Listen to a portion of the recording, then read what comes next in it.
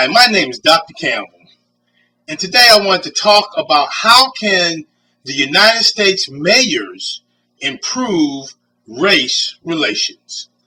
Now, in a recent article, the United States mayors have expressed concern for race relations in their cities due to the aftermath of the Ferguson incident. The Ferguson incident that involved the shooting of Michael Brown by former police officer Darren Wilson created chaos that will be the center of future news incidents for years to come.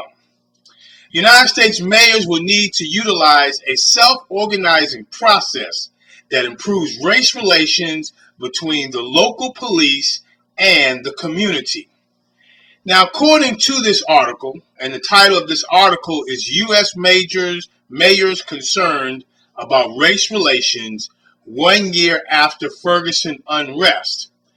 In this article, a recent magazine survey indicated that 90% of the surveyed mayors are concerned about race relations and police in their community. Even within that survey, 30% of the mayors surveyed expressed a deeper concern for their city.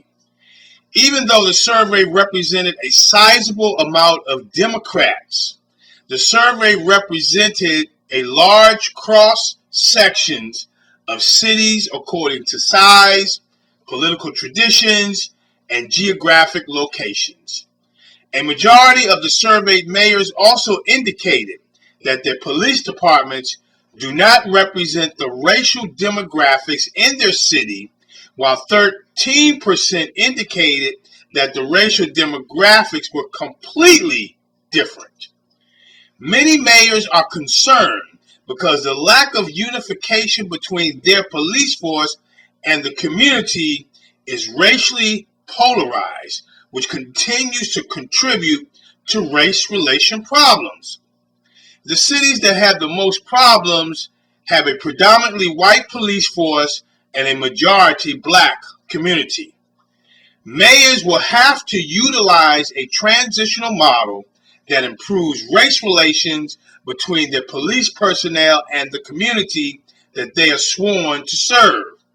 The best models that mayors can utilize to improve these race relations is a modified self-organization system that was first developed by Margaret Wheatley. So the first question is, what transitional model can mayors use to improve race relations in their community? Many conflicts between police officers and community members result from racial dynamics. For example, we have the killing of Eric Garner, Michael Brown, Freddie Gray, which have widened the trust gap between police personnel and the black community. In one incident, Eric Garner died in Staten Island, New York City, after police officer Daniel Patello put him in a chokehold for selling Lucy's.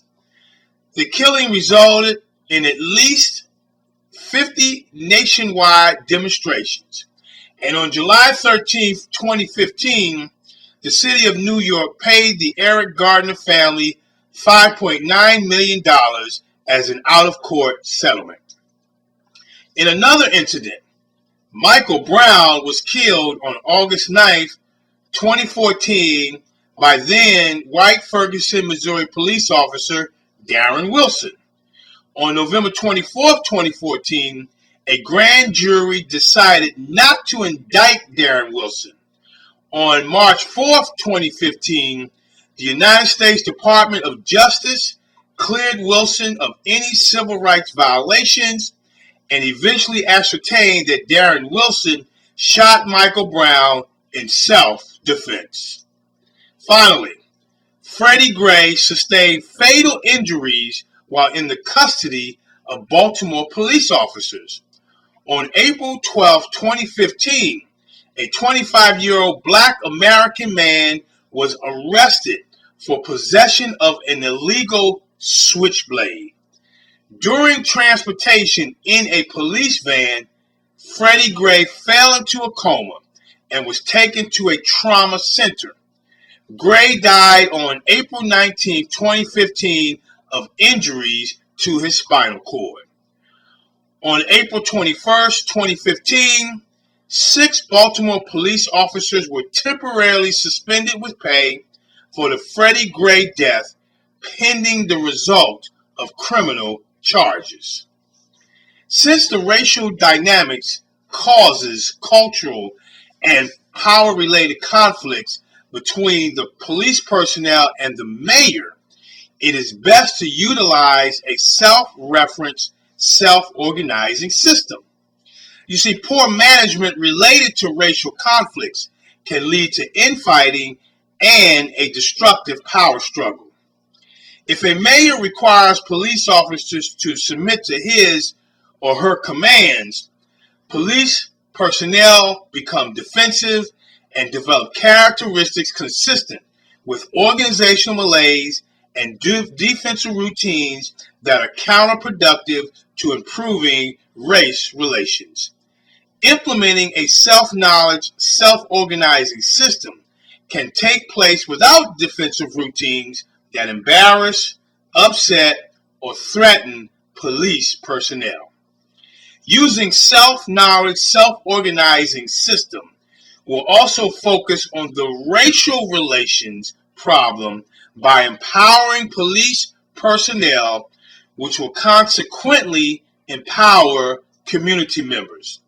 The self-knowledge transitional model that mayors can use to improve race relations has 3 major components, which include self-identity, information, and relationships. The first step to utilize the self-knowledge transitional model is to develop self-identity. Self-identity is accomplished by developing a shared vision between a team of police personnel and connected community members. The second step is to provide the team the appropriate information necessary to assist the team in accomplishing its self-identity. U.S. mayors have a great opportunity to improve race relations in their cities by utilizing a self-referenced, self-organization system.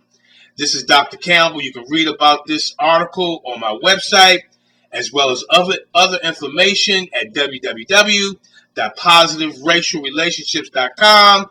If you want to talk about it, you can call me on my direct line, 856-566-3267. Have a great day, and thank you very much. Yeah. Be sure to check out positiveracialrelationships.com. Check it. Look, pull your pencils out, class is in session. Let's focus on loving our neighbor without a question. Visit positiveracialrelationships.com. Leading classrooms together like a marriage bond. Kick racism out, that ain't what life's about. For more information, check the website out.